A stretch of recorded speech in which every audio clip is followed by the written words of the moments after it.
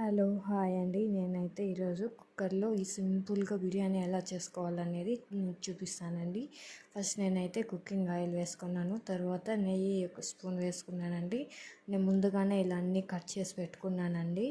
ఇప్పుడు చూడండి, నేను చెక్క, లవంగం, బిర్యానీ ఆకు ఇవి మొత్తం వేసానండి, వేరేది ఏం వేయలేదు. ఇప్పుడు నేను వేసిన తర్వాత పచ్చిమిర్చి వేసాను, ఆనియన్స్ వేసాను.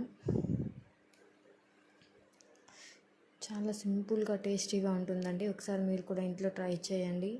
ఇప్పుడైతే అల్లం వెల్లుల్లి పేస్ట్ అయితే వేస్తున్నానండి. అది అల్లం వెల్లుల్లి పేస్ట్ కొంచెం మగ్గిన తర్వాత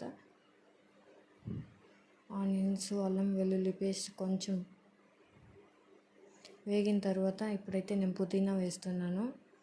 మీరు పుదీనా, కొత్తిమీర ఒకేసారి వేసుకున్నామన్నా కూడా వేసుకోవచ్చు. నేనైతే ఫస్ట్ పుదీనా వేసాను.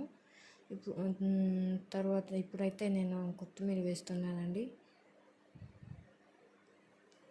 ఎటువంటి కెమికల్స్ లేవండి, అసలు ప్యాకెట్స్ బిర్యానీ మసాలా కూడా నేను వేయలేదు. ఓన్లీ హోమ్ మేడ్ మటకమే వాడుతున్నాను.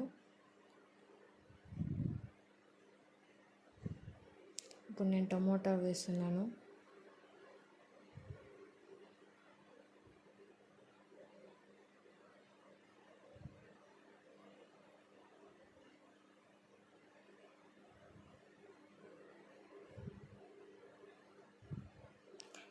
టమోటా వేసిన తర్వాత కొంతసేపటికి చికెన్ వేసుకోండి. నేనైతే 1/2 కిలో చికెన్ తీసుకున్నాను. మీకు ఎంత కావాలో అంత తీసుకోండి.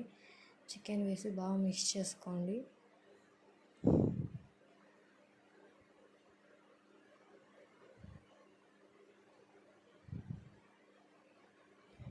నేనైతే కల్లుప్పు వేసుకుంటున్నానండి. మీకు సాల్ట్ అవైలబుల్గా ఉంటే అది వేసుకోవచ్చు, లేదా కల్లుప్పు వేసుకోవచ్చు. నేను కారం, ధనియాల పొడి, పసుపు అయితే వేసానండి. మీరు కూడా అవే వేసుకోండి.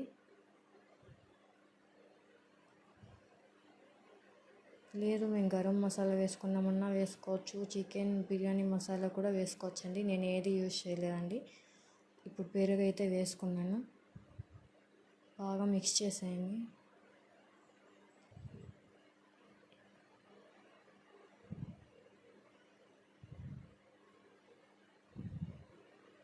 కొద్దిసేపు అలాగే ఉడకనివ్వండి. ఇప్పుడైతే నేను రైస్ వేసుకున్నాను. మీకు ఎన్ని గ్లాసులు కావాలో అన్ని గ్లాసులు రైస్ తీసుకోండి. నార్మల్ రైస్ వేయండి. ఇది కూడా బాగా మిక్స్ చేసుకొని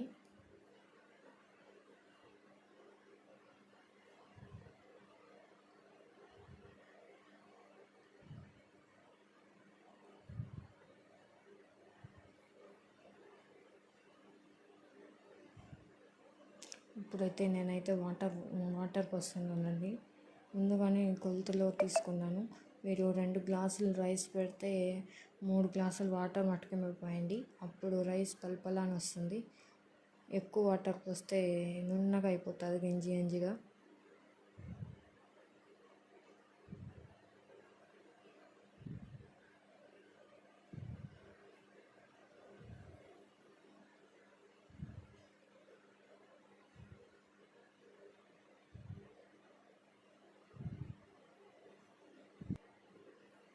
నాకైతే